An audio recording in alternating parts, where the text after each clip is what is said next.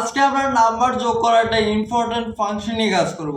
সেটার নাম হচ্ছে সাম ফাংশন এবং অটো ফাংশন কিভাবে কাজ করে সেটাও দেখবো।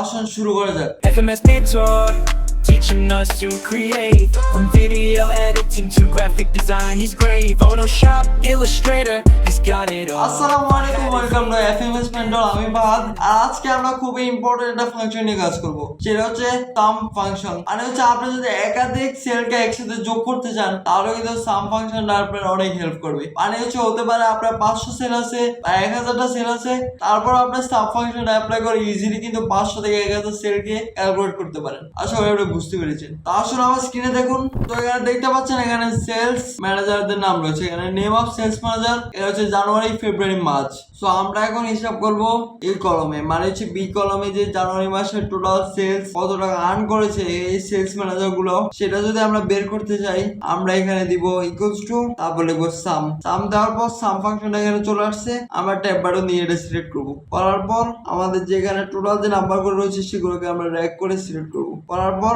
আমরা এখানে ব্র্যাকেটটা ক্লোজ করবো। ক্লোজ করার পর এন্টার দিব।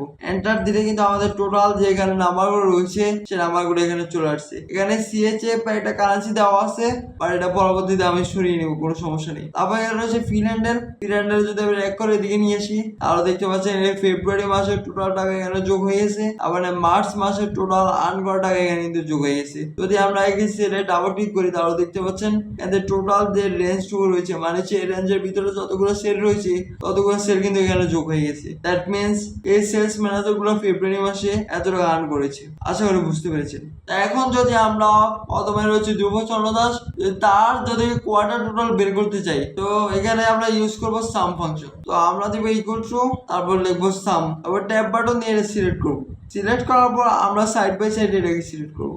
মানে হচ্ছে এখান থেকে রয়েছে জানুয়ারি, ফেব্রুয়ারি, মার্চ এবং প্রথম জন মানে হচ্ছে ধ্রুব চন্দ্র দাস, সে রয়েছে 3 নম্বর রোতে। তো আমরা এটা কিন্তু সিলেক্ট করলাম, এই রেঞ্জটা কিন্তু সিলেক্ট করলাম। করার পর আমরা দিব শিফট 0, মানে হচ্ছে ব্র্যাকেটটা ক্লোজ করব। ক্লোজ করার পর দিব এন্টার। এখানে কিন্তু এন্টার দিলে আমাদের টোটাল ক্যালকুলেশনটা চলে আসবে। তারপর এখানে ফিল্যান্ডে ডাবল ক্লিক করব। ডাবল ক্লিক করে দেখতে পাচ্ছেন এখানে টোটাল যে ক্যালকুলেটরটা কিন্তু হয়ে গেছে। যদি আমরা এটাকে এভাবে না করতে চাই, সাপোজ করলাম আন্ডু, যদি আমরা এটাকে না করতে চাই, এটাকে না করে আমরা চাই অটো সাম কিন্তু অ্যাপ্লাই করতে পারি। এখানে যদি আপনার ট্যাবের উপরে যদি খেয়াল করেন এখানে রয়েছে অটো সাম, এখানে যদি আমরা ক্লিক করি তাহলে কিন্তু এক্সেল অটোমেটিকলি বুঝে যাচ্ছে আমরা কি ক্যালকুলেট করতে চাই। তাহলে কিন্তু দেখতে পাচ্ছেন এখানে কিন্তু এক্সেল নিচ থেকে অ্যাপ্লাই করে দিয়েছে অটো সাম, মানে হচ্ছে জানুয়ারি, ফেব্রুয়ারি, মার্চ মাসের মোট টাকাকে সে ক্যালকুলেট করবে। যদি আমরা এন্টার দিই তাহলে কিন্তু আমাদের টোটাল যে ক্যালকুলেশন সেটা কিন্তু হয়ে গেছে। আবার এখানে ফিল্যান্ডে ডাবল ক্লিক করে এখানে আবার টোটাল ক্যালকুলেশন কমপ্লিট হয়ে গেল। তারপরে এইখান থেকে যদি আমরা এই ফিল্যান্ডটা যদি এদিকে ক্লিক করি তাহলে দেখতে পাচ্ছেন এখানে কিন্তু মোট মানে হচ্ছে কোয়ার্টার টোটাল,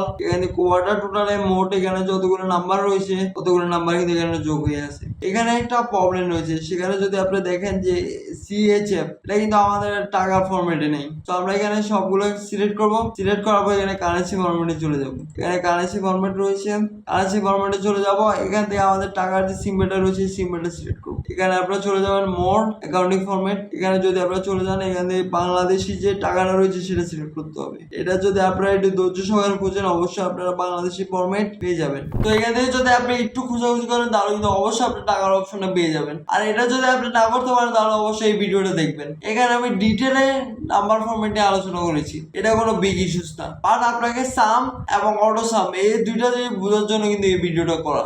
আশা করি আপনি অটো সাম এবং সাম ফাংশনটা কিভাবে ইউজ করে সেটা বুঝতে পেরেছেন। আপনি শুধু এই ছোট ওয়ার্কশিটে না, থেকে আরো বড় ওয়ার্কশিটও আপনি চাইলে এই জিনিসটা অ্যাপ্লাই করতে পারেন। আশা করি আপনি জিনিসটা বুঝতে পেরেছেন। যদি এই ভিডিওটা পছন্দ হয় অবশ্যই লাইক করবেন এবং সাবস্ক্রাইবও করবেন। And keep learning, keep creative.